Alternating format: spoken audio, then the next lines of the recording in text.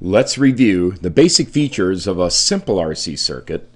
When I say simple, I mean a series resistor and capacitor along with a source. So we're going to consider charging first. So now it's in the charging position.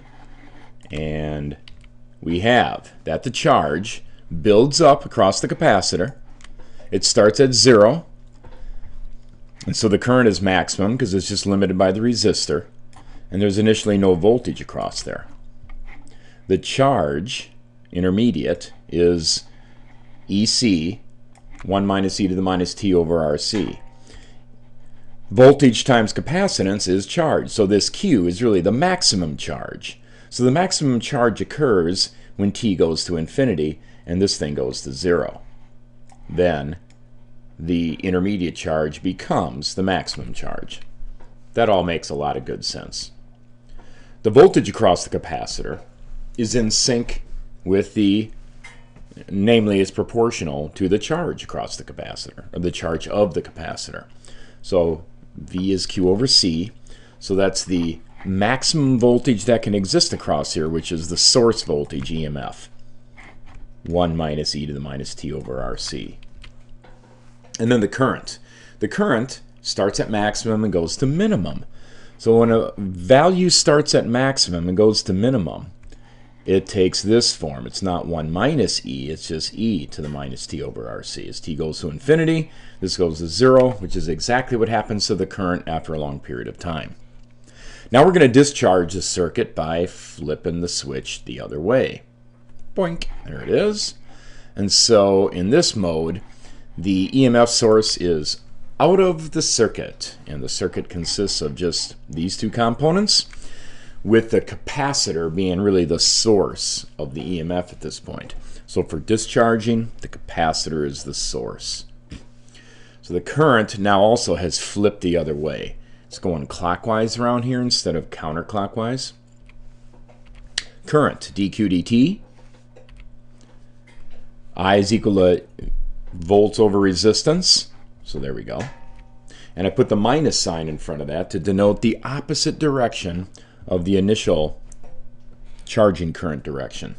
So V is Q over RC, so we expressed it like this. And so now we have this minus Q over RC is dq dt. So let's re-express that differential equation. Current is maximum at the beginning, Q over minus RC.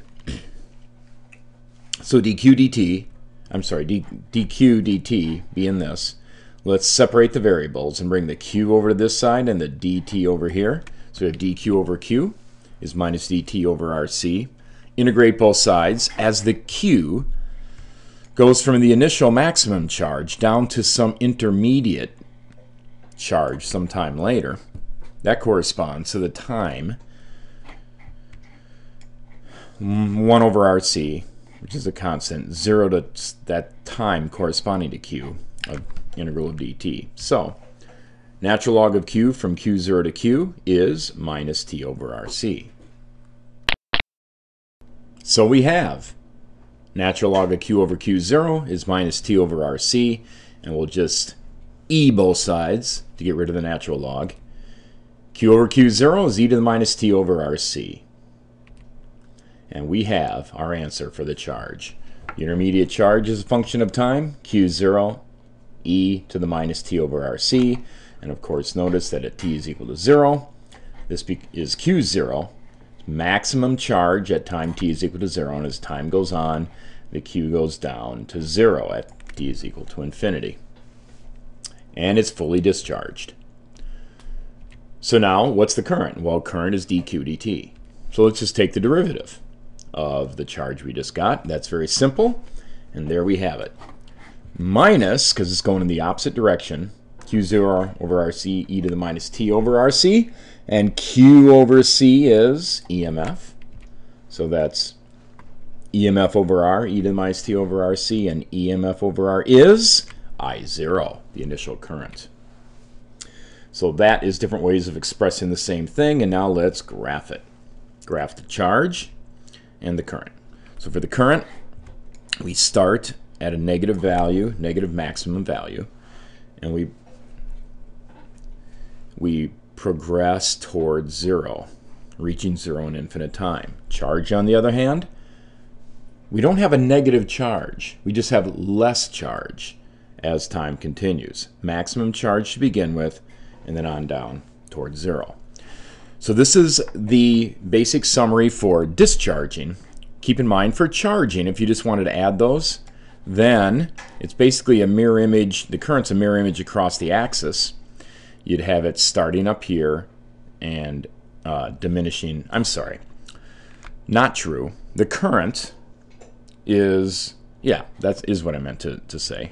It's maximum at the beginning, but it's positive, and it goes towards zero. So it's a mirror image across this axis. The charge, on the other hand, well, let's see, it starts with no charge, and it comes up like this, so it's kind of a mirror across here. And that summarizes charging and discharging for an RC circuit.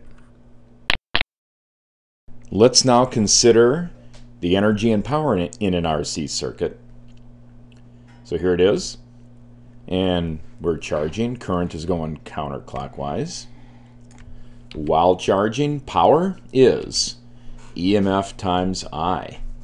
Now, the source EMF times I. So that's what it's delivering to the circuit. Dissipated in the resistor is I squared R. And stored in the capacitor, I times V, the current times voltage across the capacitor, which is IQ over C. So this is the power in the various components at any time. All right, so let's do a Kirchhoff loop. We're going to go counterclockwise like this, starting with the EMF source. We have EMF minus IR minus Q over C, and that's the whole loop, so that's equal to 0. Now that's a voltage loop, of course, is the whole essence of Kirchhoff. But let's go ahead and do a Kirchhoff power loop. Let's consider Kirchhoff power. And since power is volts times current, we can just add or multiply another I to the voltage loop. And therefore, EMF times I minus I squared R minus Q over CI equals 0. So there is a Kirchhoff power loop formula. E times I equals I squared R plus Q over CI. So this first part is equal to the combination of these other two. And what's the first part? Well, this is the EMF source times the current through that source. So that's delivered to the entire circuit. I squared R is dissipated in the resistor, and the Q over CI would be the power stored in the capacitor. Well, the total energy to charge the capacitor is simply E, which is E times Q. Now I can say that because that's what the source delivers. The source EMF is always constant, and the charge that flows across there is always, or I could say the current flowing, all right? The current flowing results in a charge, and that's always at that constant EMF. So that's the total energy required to charge the capacitor in an RC circuit, E times Q. But we already know that that's not the power in a capacitor, right? The power, or I should say the energy in the capacitor, three formulas, 1/2 QV, 1/2 QE, or EQ. So this represents only half of the total energy to charge the capacitor, so 1/2 the total energy. Well, how do we account for that? Well, it's pretty simple. Half the total energy delivered to the circuit is in the capacitor. Where's the other half? Keep in mind that we had current flow, and of course, just looking at this in isolation, the capacitor, the reason the energy is only half is because the voltage across the capacitor varies from 0 to EMF. So that's why, it's not at a constant EMF. 0 to EMF, the average is 1/2 EMF across the capacitor. And so that accounts for it. But in the process of the current flowing, energy is being dissipated by the resistor. So that's where the rest goes. And it's independent of the various parameters, C, R, and EMF. It's kind of interesting that it always ends up being half of the energy delivered is stored in the capacitor and half dissipated in the resistor. And now let's look at a more complex circuit, RC circuit, in the next video.